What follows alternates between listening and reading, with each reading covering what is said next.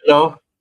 Ay, naka 7 minutes na pala tayo. Sorry, hindi ko alam. So anyway, ila-live ko lang ito ngayon yung nasunog. Nasunog yung DPWH office sa Cordillera Administrative Region. I'm really very sorry. I thought all the while na hindi pa ako nag-umpisa. Nakapag-umpisa na pala ako. So anyway, what is important here is, ano ba ang meron? Ang pinakamatinding sunog sa DPWH office na nasunog ay yung sa Cordillera Administrative Region na DPWH. So nga, 7 minutes na nakapasa, hindi ko alam na naka-live na pala ako. So anyway, I'm sorry, really very sorry. So ngayon, ito po ipakita natin yung sunog sa Cordillera, at ito po ay binalita na kita ko ang balita ni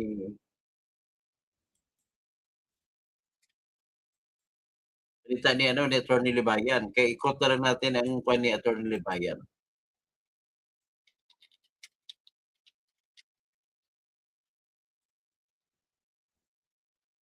Ang tanong ni Attorney Libayan ay sinunog ba o sunog? So iunahin muna natin 'tong, live stream ni Attorney Libayan.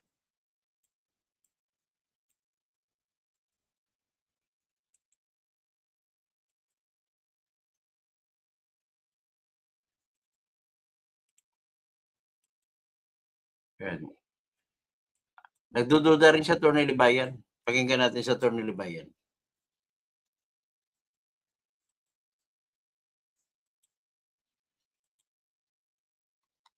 Laging panalo. Atong 5 p.m. Lapten. Ito po. Broke out around 5 p.m. today. Pinauwi pa talaga yung mga tao, no? Ang kalokohan. Okay.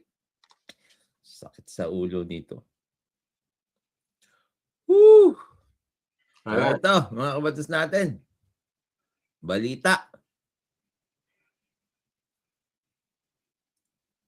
Sunog! Sabi dito, DPWH car fire. Just in, a fire broke out around 5 p.m. today. Pinauwi pa talaga yung mga tao, no? Siyempre, pauwiin mo na para lang makapita. Ay!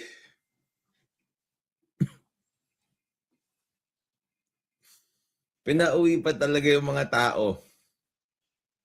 5 p.m. today, ngayon lang yun, mga kabatas natin, January 14 at the Department of Public Works and Highways Cordillera, DPWH Car Building. Baguio City Fire Station Fire Marshal, Superintendent Mark Anthony Dangatan confirmed that the fire was declared out at 5:43 p.m. So 43 minutes, mga kabatas natin, na nagkaroon ng apoy. Mga kabatas natin. Eksaktong 5 p.m. labasan, mga kabatas natin, pagka-time out, sunog. Nice timing, di ba? Di ba? Word. Nice timing. O mga kabatas natin, palike ha. Palike. Pa-share na rin Muna natin siya you're feeling generous. Pero please palike ng ating live stream kasi nga daming nagdi-dislike. Kaya hindi na lumalabas. Okay? Hindi na recommend yung ating videos ng algorithm. Alam niyo mga kabatas natin, hindi sana kaduda-duda ito. Okay? Hindi sana kaduda-duda ito kung wala nang unang attempt na manira ng records sa DPWH. Ang problema na una si Quezon City. Sinunog Quezon City, tapos Senado, bago mag-umpisa yung Blue Ribbon investigation ni Marcoleta, sinunog din. Diba? Sa Baguio din.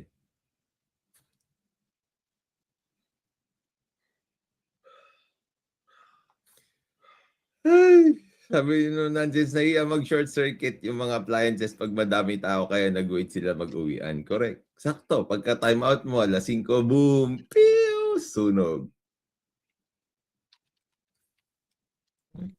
Goodness. Huwag kalimutan po mag-like, okay? May statement naman ng DPWH, mga kabatas natin. Saan yung statement ng DPWH? Ba't wala na? My gosh. May statement yan. Sandali lang. Ito. Okay. DPWH Cordillera. Ito yung kanilang statement. The Department of Public Works and Highways confirms that the fire incident which occurred at the DPWH Regional Office in Cordillera Administrative Region this afternoon has been successfully extinguished and the site is now fully secured. Initial assessment by the Bureau of Fire Protection indicates that the affected areas was limited to approximately 2 square meters of the office. No DPWH employee was injured in the said incident. Abuti naman walang na-injure na DPWH employee. Tapos mga kabatas natin, approximately 2 square meters lang ng office. 2 square meters. Parang itong studio ko, konti lang. Parang isang kwarto.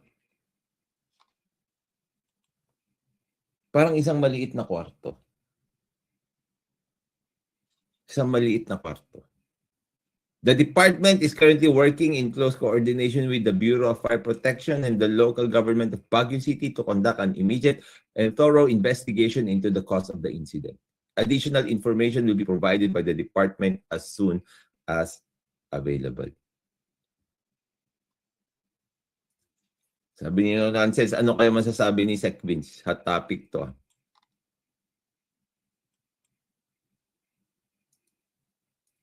Yun ang problema natin. Very well controlled.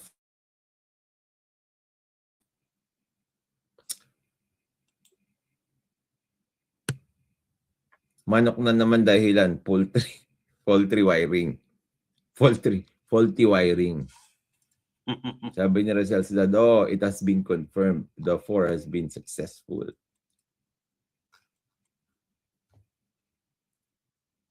Tingnan niyo mga kabatas natin. Ha? So, ano masasabi nyo? Sabi ng mga tao dito, good job, malinis na record nyo. Alam na this, defensive masyado, successfully extinguished. Bakit mga offices ng DPWH ang nasusunog ngayon? Ano meron sa mga offices ng DPWH? At mga kabatas natin, let's also take note that in Baguio City, during these times, okay, it's very cold. Mahamog. Kaya mahirap magkaroon ng apoy. In contrary, kapag summer. Okay? Sa mga panahon ngayon, mga kabatas natin, sa mga panahon ngayon sa Baguio City, of course, I should know. In the Cordilleras, I should know, mga kabatas natin, very cold yung panahon Hindi ngayon. dapat magkasunog. Mahirap lang maglaba, ganyan. Mahirap magpatuyo ng damit kasi madalas na yung hamog tsaka malamig. Ibig sabihin, Sabi ni mahirap masunog dyan. Ni Rujero, walang fire prevention system. Bakit? Bakit magkakaroon ng fire prevention system? Alam niyo, yung pinaka-sas talaga dito yung timing eh. So anyway, too much after that, having heard from Attorney Libayan, one thing is sure though, na malamig na malamig ngayon sa Baguio. Bakit yan sa Cordillera office sunog? At saka never in the history of Cordillera na may sunog. Hindi naman kagaya na sa Maynila na dikit-dikit ang bahay. At maraming squatter. At yung sa Quezon City, bago yung nagkasunog, sa Quezon City na DPWH office ay sinunog. Imposible na walang records doon nasama. Kagaya ng Cabral Files, napaka-importante po ng records. Kasi diyan po makikita sa mga records kung ano-ano ang mga proyekto. Kagaya nan, kung karang pinag-usapan natin, ang sakop ng mga probinsya niyan ay Kalinga, Mountain Province, Apayao, Benguet, Naid Bikrep, tapos Abra. Yan yung mga probinsya. Ang isa sa pinakamalaki na flood control projects ay yung Abra. Kasi diyan nga, Executive Secretary si Bersamin.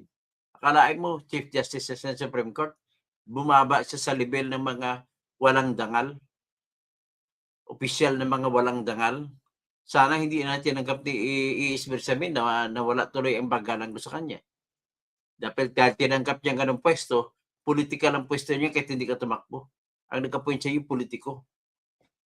Tapos, napakakitaan pa na ang probinsya na kung saan ka nanggaling ay Abra, isa sa pinakamalaking project.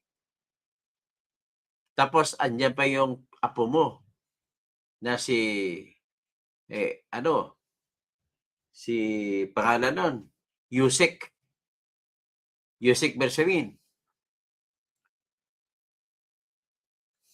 Tapos, marinarian pang Cabral Files ni Congressman Libeste na kung saan 8 bilyon nakapangalan kay AS/SAP/OP,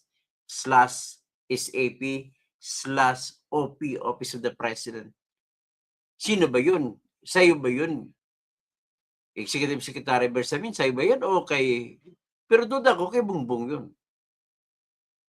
So, dyan sa DPWH car na nasunog, andyan pong records ng Abra na engineering office ng mga kontrata. Andyan din ang record ng Benguet na malalaki din ang kontrata diyan sa distrito ni Ed Bikrep at saka ni Eric Yap. Mga AXI-IS yan. Si Tulfo na nahimik. 2 Tulfo. Sila mga Tulfo, Rapi, asawa niya si Jocelyn Tulfo, AXI-IS congressman. Bakit kayo na nahimik? Ito na, nagkakasunugan na. Dapat lang ang pinaka-importante, the only way, and one of the best ways na ma-acquitted ang isang taong inakusa patungkol sa mga flood control ay dahil sa mga papel naman ang lahat ng krimen makikita, sunugin mo ang papel, nawawala na ang mga krimen. Ganun magyari yan talaga. Ngayon, tingnan mo yung Cabral Files, puro mga papel din yun na i-convert na sa computer files. Nakakuha si Libiste ng isang USB. At ang dami-dami niyang nilabas, isa sa nilabas niya yan na nanggaling sa Cabral Files ay yung 20 billion na project na napunta kay Guardiola. Yung pinakamatakaw at pinaka-corrupt na Batanggenyo, si Edwin Guardiola, na taga-Mataas na Kahoy. Tapos, isa pa, andyan din sa Cabral Files na yan, lumabas sa mga matataas na alokabol na 15 billion kay Sandro Marcos. Pangalawa lang si Ferdinand Martin Romualdez. Sa ano lang yan, alokables lang yan. At ang wala sa alokabol ang zero si Pulong Duterte, si Congressman Ungab, 2 pang congressman na sa Mindanao. Ang 4 na malapit kay Duterte ay walang mga alokabol. Zero. So ngayon, sasabihin pa nyo kay Duterte nang galing ang corruption. Gano'n naman talaga lagi ang depensa ng mga Marcos administration. Nagkalukuloko dahil natuto sa panahon ni Duterte. Anong klase? Naka-4 naka-4 na taon ka na eh. Sisisi mo pa rin kay Duterte, nasa kulungan si Duterte, isisisi mo pa rin sa kanya. Yan, ano yung mga sunog na yan? Tiniming pa. Alas 5 lalabas empleyado sa DPWH car. Wala nang empleyado, nagkasunog. Sigurado ako CCTV nun, wala na rin. Hindi mo makikita. Sabihin sira. Sabihin sunog. Nasunog yung DPWH sa opisina sa Quezon City. Anong nangyari? Wala nakuha kahit isa. Sinabi lang nila, para hindi magalit ang publiko. Wala man lang dokumento na patungkol sa flood control ang nasama ron. O yung Senado, bago mag-umpisa yung Blue Ribbon Committee investigation ni Marcoleta, na siyang chairman noon, ay nasunog din, inattempt din. So, ibig sabihin, kahit na ang buwan ng sunog sa Pilipinas ay Marso, kaya tawag niyan, beware of the Eye of March. Ang Marso kasi sa records natin, sa ating history, ang pinakamaraming sunog sa Pilipinas. Bakit? Ano meron sa Marso? Papasok yung summer. Ibig sabihin po, wala kang sunog makikita sa ulan pag rainy days. Like bakit? Laging umulan eh. Kung may apoy man, maapuhap ka ganang ulan. Wala ring sunog sa lugar na sobrang lamig. At lalong walang sunog sa lugar na may yelo, may ice. Yan lahat ng the impossible is happening now. That is flood control. Pati yung mastermind, nakakalusot. That is flood control. Kung si Bongbong, mastermind ng flood control, hindi nakakasuhan. Ladies and gentlemen, take note of that. Ngayon, si Duterte kinasuhan ng mastermind sa mga pamamatay sa blood sa war on drugs.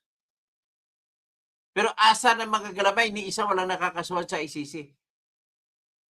Pero kay Bongbong, marami ng mga maliliit na isda, nakasuhan na, mga taga DPWH, 2 kontraktor lang si Mr. Diskaya at Mrs. Diskaya.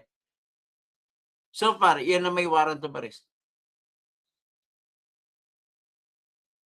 Dito, kay Bongbong na case, sa flood control, may mga gumagawa ng krimen sa pagnanakaw, pero walang mastermind.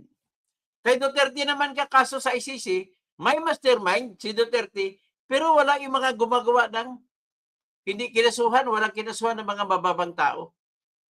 Yan, kita mo yung mga the impossible is happening. Talagang nauso ang kanta na My Way. Kinanta talaga ni Frank Sinatra yan. Because of that, there are many things that are called impossible and yet they are happening. At nilalagay lamang ni Frank Sinatra yan sa pangarap, panaginip. Kailan lang ang tinatawag ng pangarap, panaginip ay hindi kailanman magiging totoo. Tinatawag yan ng mga Tagalog pangarap. Pag-asa. Sa mga Ilonggo, paglaom. Mga Cebuano, paglaom. Waray, paglaom. Hindi ko alam sa Bicolano, baka paglaom din.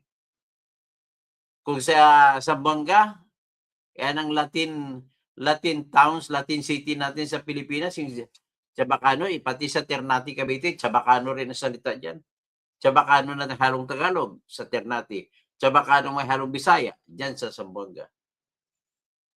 Tawag nila dyan, Esperanza. Pag-asa. Ano na lang, maging pag-asa na lang.